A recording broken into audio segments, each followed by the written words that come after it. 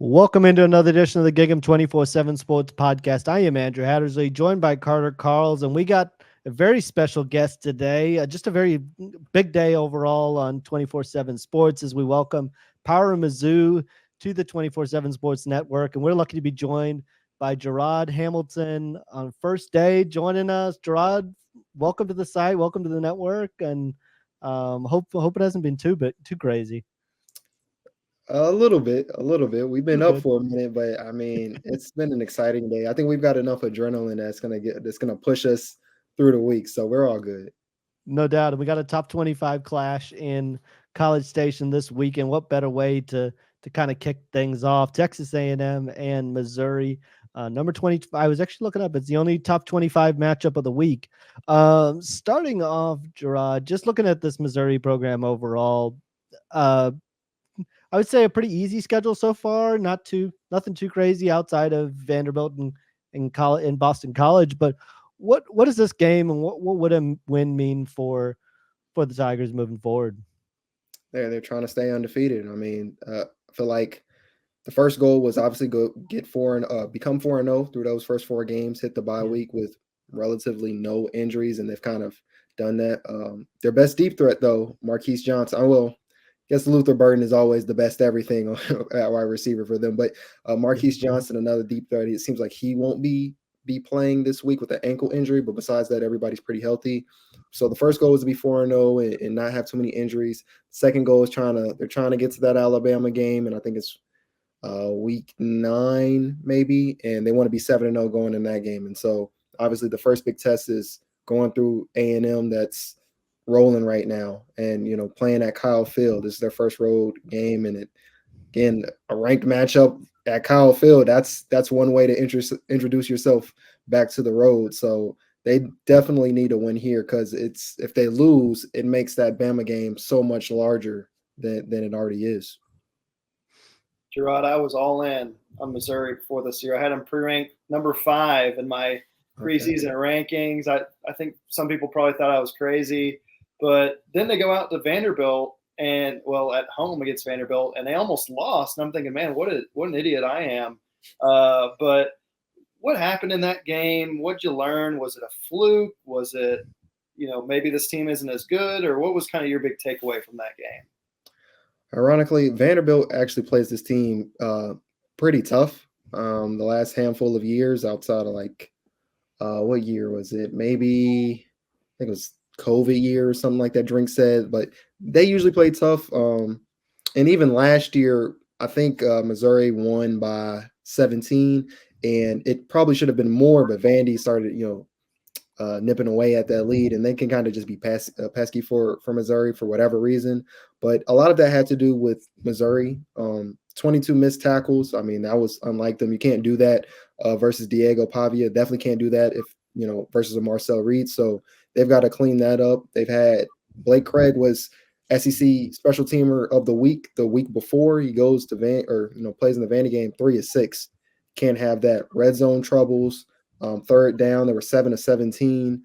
Time management. I mean, after the game, one of the first things I noticed about the post game from or I guess it's 2 weeks ago, was he seemed so relieved, and his first thing was, this team bailed me out. He had a few questionable time management decisions that kept Vanderbilt in the game way longer than they should have been, to be honest. And he knows that. The week before, when they beat Boston College, he was not so excited, not so thrilled to be in the press room. So um, there's a lot of things they need to clean up. And Vandy, I think, is a little bit better than we think, but I think Missouri definitely kind of slept walk through that game, and they just didn't come out ready to play.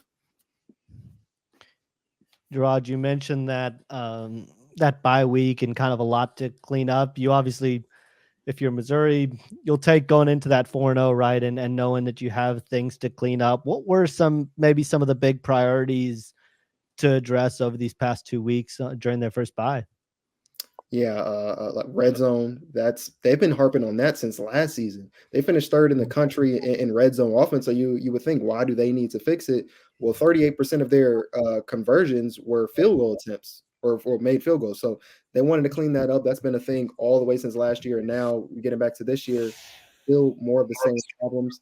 Blake Craig entered, or I think after week 4, he was leading the country in field goals with 16.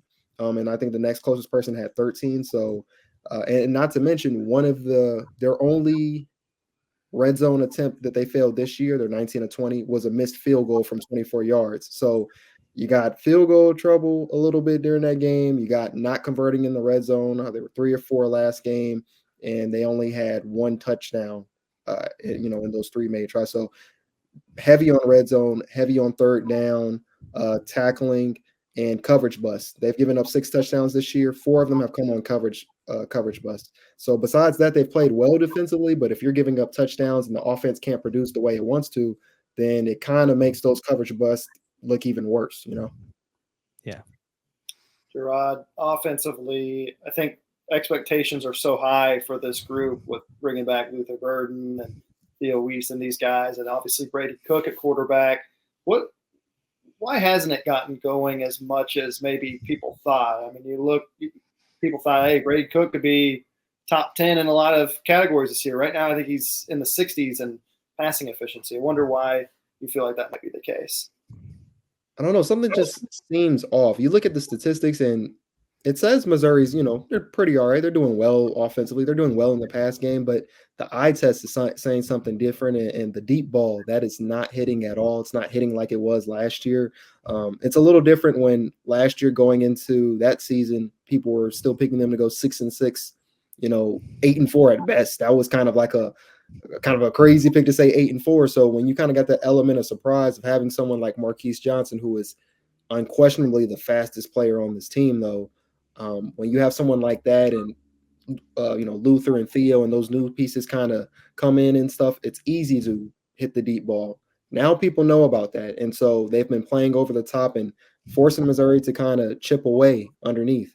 And so that's part of them wants to still go deep. That's one issue.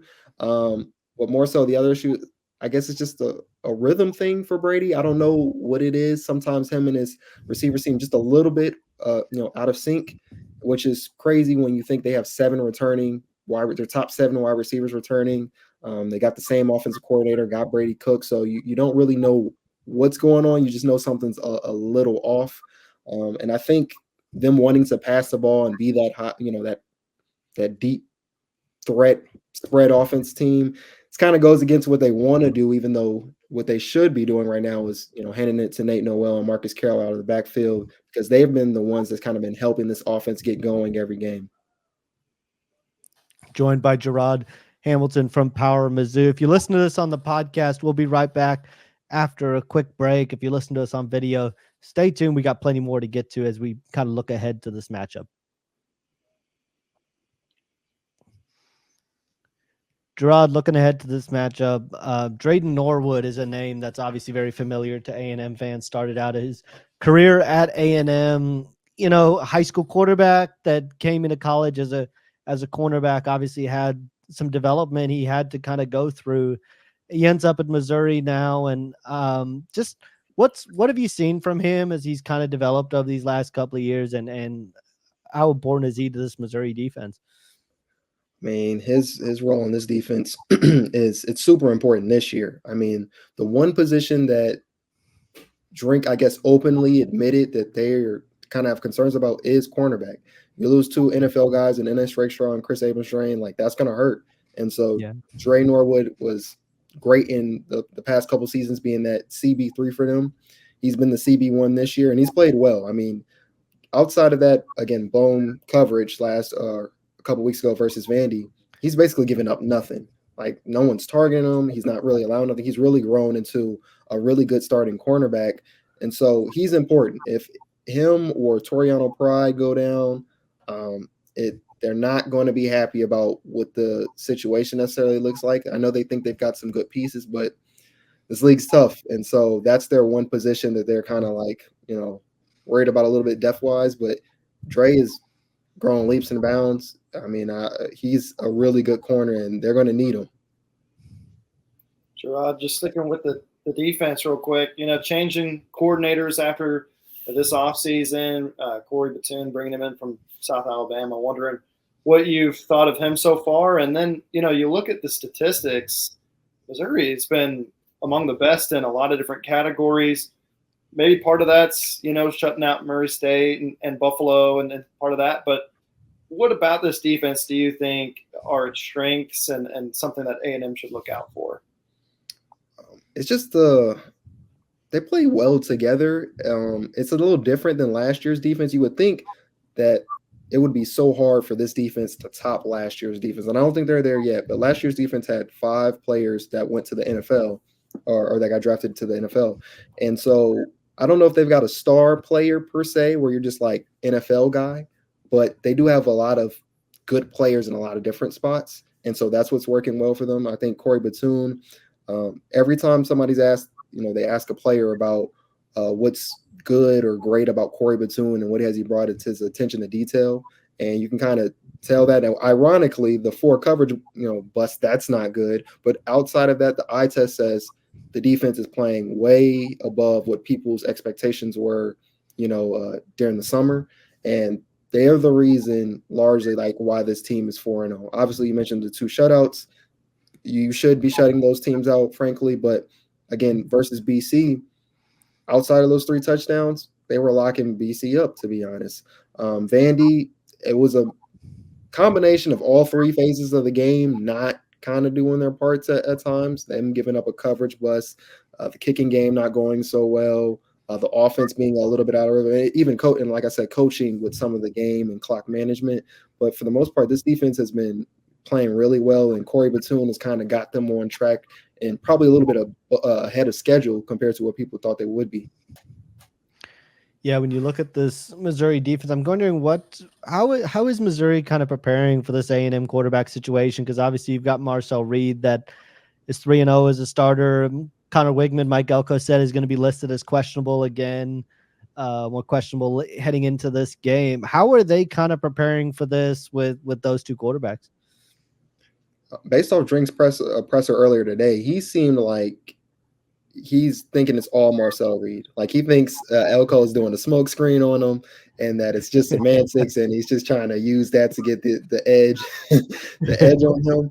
And so in one way you could say, well, what if Drink is just daring that they play Reed because he's really prepared for Wigman? Or what if he's just saying, why wouldn't you play the quarterback who's winning all these games and has the team on track? Why wouldn't you do that? So it seems like all their eggs are in the Reed basket. And they said, they've played all the quarterbacks they played are dual threat quarterbacks to some degree. And so it kind of helps that they've got that experience. And I guess the closest thing they compared it to was playing BC and Thomas Castellanos, but they're going to have to do something a little different. They can't do what they did that game, which is they had 3 down linemen and they basically had a QB spy the whole game, and they didn't try to rush past them. They don't want to do that with Marcel Reed, but they also they've got to contain him, but they've also got to rush him. They got to find a good mix to kind of get him off his spot. So that seems what their game plan is. Contain him and stop Le'Veon Moss from having a big day. Yeah. Jarod, just talking about this game, if Missouri wins, why do you think that would be? And then if A&M pulls off the win, why? From just like the Missouri perspective, each outcome, why would you see that happening? If this game is high scoring, Missouri should win. You get to 28, 30 points. They've got the firepower to do it. It's about execution. Like that's the big thing. And so what it's always been this season. Can they execute? They've left plenty of points on the board. It's crazy to say 51-0, and they probably should have had, 70. Like things like that. And it doesn't seem like it means that much, but those reps and that confidence you get from completing those plays and executing, they matter down the line. And they know that because last year that's what was happening in those early games. So they've got to execute, they've got to score, and if it's a high-scoring game, Missouri will win it. For Texas A&M, they keep it rugged. They keep this a running type game where they keep this in the trenches. They definitely got a chance, more than a chance, to take this game. Again, Le'Veon Moss kind of wore down that Arkansas team. Drink was talking about how the way he runs and the way Texas A&M's running style is conducive to wearing teams down, and then in that fourth quarter having Moss get almost 100 yards in the quarter, wherever it may be. So I think if they keep it, I guess, a muddied up game, then and Missouri's in another dogfight, that could swing, Texas A&M's way. Jarod, just looking at Missouri, I know obviously the goal is the college football playoff, right? And getting there and potentially winning a couple games there. Just what do you feel like needs to happen if they're gonna kind of hit their goals over these next 8 games to get where they want to go?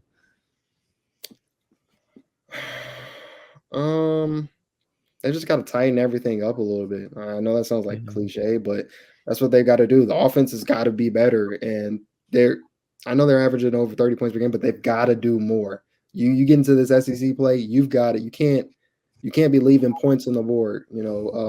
Kicker, he has to be able to nail those field goals, especially in the red zone. But when they get in the red zone, the offense needs to score touchdowns. That's simply put. You're leaving. The league is too good to not be scoring touchdowns with the offense they got. The defense just kind of got to hang in there and keep doing what they're doing. They can eliminate those coverage busts again. They'll be fine, but they've got to kind of get a little bit consistent, and they've got to have those games where offense and defense are, playing well at the same time. It feels like this whole season it's been like one side of the ball is playing really well and the other one's not, and then they kind of switch a little bit. And what they would like to happen is for the offense to be a little bit more consistent and match where the defense is playing right now. No doubt. Jarod, great stuff. Thank you so much for taking a few minutes to join us. Again, big welcome to the 24/7 Sports family, and look forward to working with you. And thanks for taking a few minutes. Appreciate you guys. Thank you. You bet.